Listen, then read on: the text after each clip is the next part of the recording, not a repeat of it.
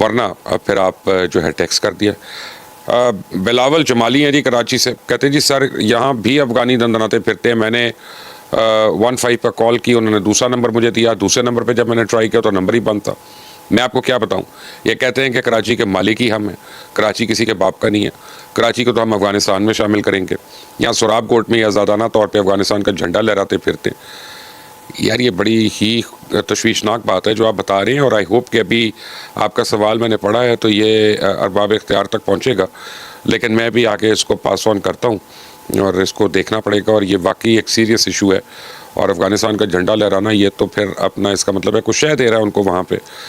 और मुझे पता चला है कि वहाँ बड़ी क्रिमिनल एक्टिविटीज़ में भी शामिल हैं। तो क्राइम तो कर नहीं सकता आदमी जब तक कोई इंपॉर्टेंट लोग ना आपका साथ दे रहे हों। तो yes you are right, this should be investigated. Mohammad Ayaz Rawalpindi से कहते हैं जी अरबाब इख्तियार तहरीक-ए-इंसाफ के प्रॉब्लम को तहरीक-ए-इंसाफ के प्रॉब्लम को संजीदगी से हल क्यों नहीं कर रहे? पूरा मुल्क एक हिजान की कैफियत में मुब्तला है। अयाज साहब बात यह है कि अरबाब इख्तियार क्या करें, पार्टी को बैन कर दें, पार्टी को डिसमेंटल कर दें, तो फिर सारे कहेंगे कि जी गैर आइनी बात है, वो उस तरह की। अगर थोड़ा बहुत हिजान है या हिजान है तो तहरीक-ए-इंसाफ की अपनी तरफ से है। अब आप देखें ना कि उसको जब इमरान खान को ये लगा कि वो इर्रेलेवेंट हो गया, गैर ज़रूरी हो गया, तो उसने KPK के वज़ीर आला को फारिग कर दिया, और एक ऐसे लौंडे लपाटे को उसने आके वज़ीर आला लगा दिया कि जो एक और बुज़दार है, बल्कि बुज़दार से भी दो हाथ आगे। बुज़दार तो बोलता ही कुछ नहीं था, ये तो बोलता है, और फिर उसके बोलने के बाद भी इंसान सोचने पड़ जाता है कि यार ये वज़ीर आला इस मुल्क में किसी सूबे का, और इतने अहम सूबे का। बहरहाल यह है कि तहरीक-ए-इंसाफ की पॉपुलैरिटी तो वहीं पे है, इसको तो मानना पड़ेगा कि वो पॉपुलर है, और जब भी इलेक्शन होंगे इस मुल्क में एक दफ़ा तो वो पॉपुलैरिटी अब जो है वो सर उठाएगी। लेकिन बहरहाल उस तरह का एक वो जो स्ट्रीट स्मार्ट या स्ट्रीट रिटेलिएशन वाला इनका जोश था वो काफ़ी हद तक कंट्रोल हो गया और ख़त्म हो गया। एस्टैब्लिशमेंट से मुराद अगर ब्यूरोक्रेसी या जुडिशरी है तो इसका जवाब तो ब्यूरोक्रेसी के पास तो नहीं है, जुडिशरी के लिए मैं दे नहीं सकता। और एस्टैब्लिशमेंट से मुराद अगर आपकी हुकूमत है तो मेरा ख्याल है कि वो भी इसमें उसका डबल फेस है कि PMLN ये समझती है कि ठीक है जितना तहरीक-ए-इंसाफ ने लड़ना है ये लड़े, ये तो एस्टैब्लिशमेंट से लड़ रहे हैं ना, उन्होंने इनको बनाया था तो वही भुगतें, हम क्यों बीच में पड़ें। और ये एक वजह है कि उनको काफ़ी मार्जिनस मिल जाते हैं। बहरहाल आदम अली हैं कराची से कि पाकिस्तान और सऊदी अरेबिया के दरमियान दिफाई मुआहदा हुआ था जिसमें यह तय हुआ कि एक पर हमला, दोनों पे हमला तस्वुर होगा। जब अफगानिस्तान ने पाकिस्तान पे हमला किया तो सऊदीया ने पाकिस्तान का साथ दिया, बिल्कुल दिया। आप इसको टेंशन ना लें, क्योंकि देखें ये नहीं है कि पाकिस्तान ने मदद मांगे और सऊदीया ना दे, वो एक तशवीशनाक बात है। अभी तो हमने मांगी नहीं, हमने इसको कुछ समझा ही नहीं। ये जो उन्होंने अटैक किया था हम पे, उसका हमने जवाब खुद ही दे दिया, और इतना दिया चंद घंटे के अंदर कि उनकी 5000 साल पुरानी तारीख जो है फाड़ फूड़ के उनके हाथों में पकड़ा दी हमने, पकड़ के। तो फिर खुद हर जगह कभी सीज़ फायर कर रहे थे, कभी ये कर रहे थे, वो कर रहे थे। दोहा में जाके सारे मुआहदे किए। अब अगर उस पर वापस जाना चाहते हैं तो उस पर कतर भी सालिस है, उस पर चाइना भी है, उसमें सऊदीया भी होगा, तो फिर फ़र्क पता चल जाएगा आपको यहाँ पे इंशाल्लाह। किश्वर खातून है साहिवाल से कि प्लीज़ प्लीज़ प्लीज़ अपने वीलॉग का टाइम थोड़ा सा बढ़ा दें। दूसरा जो कहते हैं कि टेबल पर बैठ के हमें बात करनी चाहिए, मुज़ाकरात करनी चाहिए, तो सर इनके बच्चों को भी बॉर्डर पर भेज देना चाहिए। इनके बच्चे भी पाक आर्मी के जवानों के साथ ही शहीद हों, इनका भी हक़ है कि ये भी शहीद के वालिद कहलाएं। तो फिर इनसे बंदा पूछे कि अब ये टेबल पर बैठ के मुज़ाकरात करेंगे या फिर इसी तरह करेंगे जिस तरह पाक फ़ौज के जवान लड़ रहे हैं। दूसरी बात यह है कि सर तालिबान कहते हैं हमारी 50 साल तारीख उठा के देखें तो हमने फ़लाँ फ़लाँ मुल्क को शिकस्त दी, फ़लाँ फ़ौज को शिकस्त दी। सर मेरा आर्मी को पैगाम पहुँचा दें, आप इनकी 50 साल जो तारीफ़ है ना वो फाड़ फूड़ के इनके वहाँ पर दे दें कि ये ज़िंदगी में याद रखें हमने ये लड़ाई कैसे की थी। तो भाई मैं आपको एक बात बताऊँ कि ठहरे, आपके सवालों में 2-3 चीज़ें, यस ये तो बिल्कुल सही है ये, लेकिन आप देखें कि जो इतनी बातें करते थे ना कि गाज़ा पे ये हो रहा है तो हमें ये हो रहा है तो हमने ये करना है, तो बॉयकॉट करना है, तो वो करना है, वो खुद नहीं आके जाएंगे। जिहाद के लिए कोई नहीं जाएगा। और जो टेबल टॉक कर रहे हैं ना तो उनका चाहिए कि ये तालिबान के जो लीडर्स हैं और TTP वाले इनके उनके घरों में ठहरा दें, इनको बाहर कहीं ठहरने ना दें, और ये जो रेफ्यूजी कैंप्स हैं उनके भी इनके घरों के अंदर शिफ्ट करना शुरू कर दें। और 50 साल हमने तो 5000 साल पुरानी तारीख फाड़ फूड़ के उनके हाथ में पकड़ा दी, मैंने अभी आपको बताई थी। तो आप टेंशन ना लें, इंशाल्लाह उनको अभी उनका सिला मिलता रहेगा। खिज़र हैं पेशावर से कि दुआ में पाक अफ़गान मुआहदा तय पा गया, लेकिन अफ़गान मुहाजिरीन की वतन वापसी का अमल नहीं रुकना चाहिए। नहीं रुकेगा, बिल्कुल भी नहीं रुकेगा, और तेज़ी से होगा। और फिर वो कहते हैं खिज़र साहब कि ये चूँकि इनका असली मकरू चेहरा सामने आ गया, इसके बावजूद चेयरमैन PTI के KPK में अफ़गान मुहाजिरीन के वतन वापसी के अमल में रोड़े अटकाने के हरबे इस्तेमाल कर रहा है। जिसकी हम पाकिस्तानी शदीद अल्फाज में मजम्मत करते हैं। इमरान खान एक मुजरिम है और जेल में है, तो इनको रियासत के मामलात में मुदाखलत करने की ज़रूरत नहीं है। ये तो आप कह रहे हैं ना, उसके दिल से पूछे। वो तो रोड़े अटकाई इसलिए रहा है कि किसी तरह वो रेलेवेंट हो जाए। लेकिन यस, ये अमल बिल्कुल नहीं रुकेगा, ये मैं आपको गारंटी कर रहा हूँ। ये अफ़गान मुहाजिरीन जो हैं, ख़ासतौर इल्लीगल जो हैं, वो तो फ़ौरन वापस जाएंगे। मैं तो ये समझता हूँ कि लीगल अफ़गानियों का भी वापस भेजना चाहिए। आप इसमें क्या कहेंगे, दोबारा ज़रा राय दीजिएगा।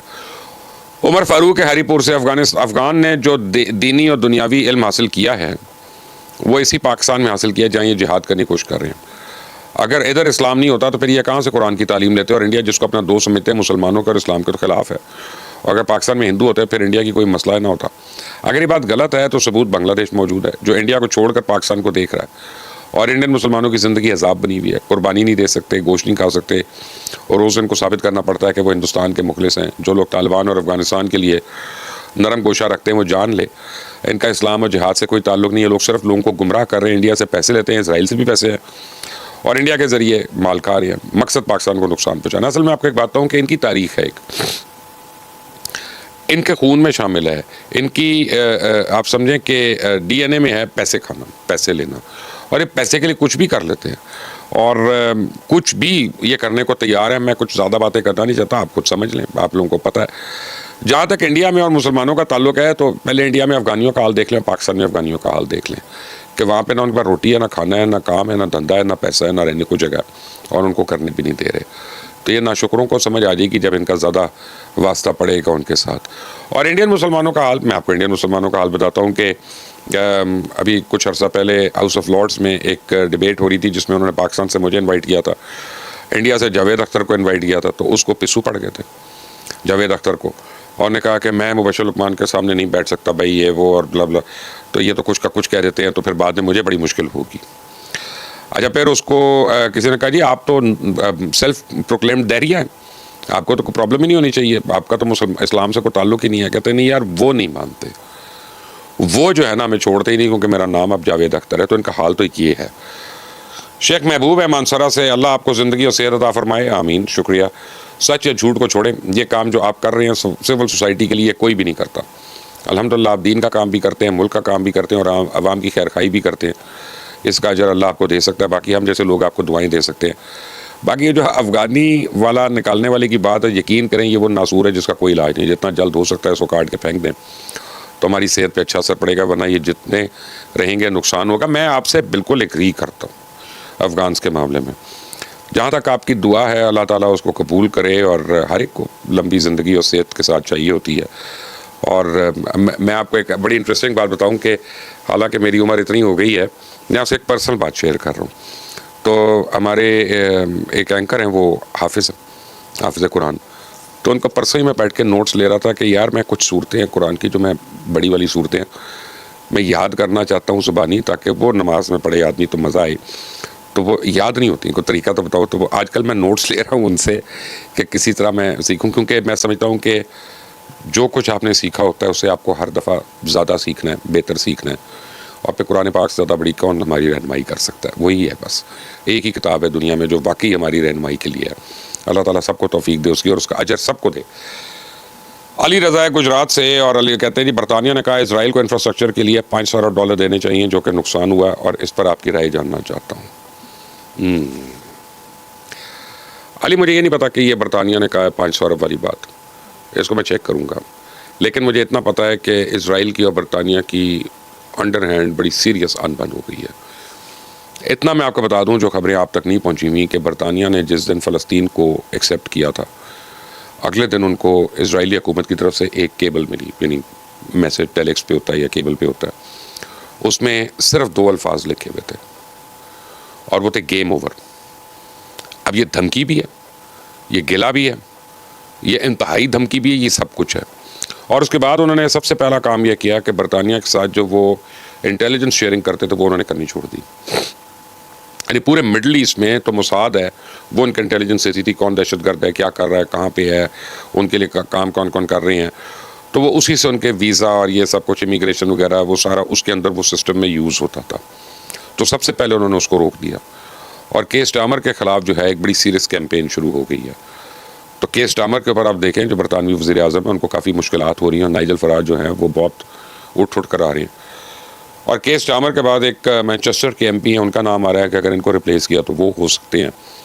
और अगर उन्होंने अपनी किसी बीमारी की वजह से, किसी वजह से उन्होंने इनकार किया, तो फिर जो लंदन के मौजूदा मेयर हैं सादिक खान, वो लेबर पार्टी में तीसरे नंबर पर सीनियरिटी में, तो सादिक खान भी प्राइम मिनिस्टर के लिए फिर कैंडिडेट हो सकते हैं। So all is not well in UK. काफ़ी कुछ चेंजेस हो रही हैं वहाँ पे, काफ़ी अपसेटिंग है। लेकिन ये 500 अरब वाली बात जो है, 500 अरब डॉलर वाली, ये मैं चेक करूँगा, ये मुझे भी नहीं पता। राजा उवैस शब्बीर हैं मुजफ्फराबाद आज़ाद कश्मीर से, कहते हैं आप भारतीय झूठे मीडिया की बहुत अच्छे तरीके से क्लास लेते हैं।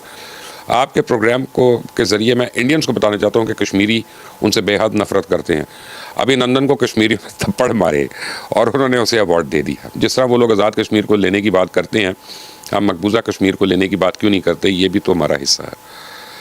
मैं आपसे एग्री करता हूँ और मैं अभी ऊपर मैं एक, आप समझें, कंपनी की बोर्ड मीटिंग में था, तो बोर्ड मीटिंग ख़त्म होने के बाद बात हो रही थी, तो मैं उनको कह रहा था कि अब अगर हिंदुस्तान ने पाकिस्तान पे हमला किया तो फिर एक तो हिंदुस्तान के इंशाल्लाह टुकड़े टुकड़े होंगे और दूसरा मकबूजा कश्मीर भी आज़ाद हो जाएगा। तो ये मैं तो कन्विंस्ड हूँ इस पर। दूसरा मैं एक और बात बता रहा था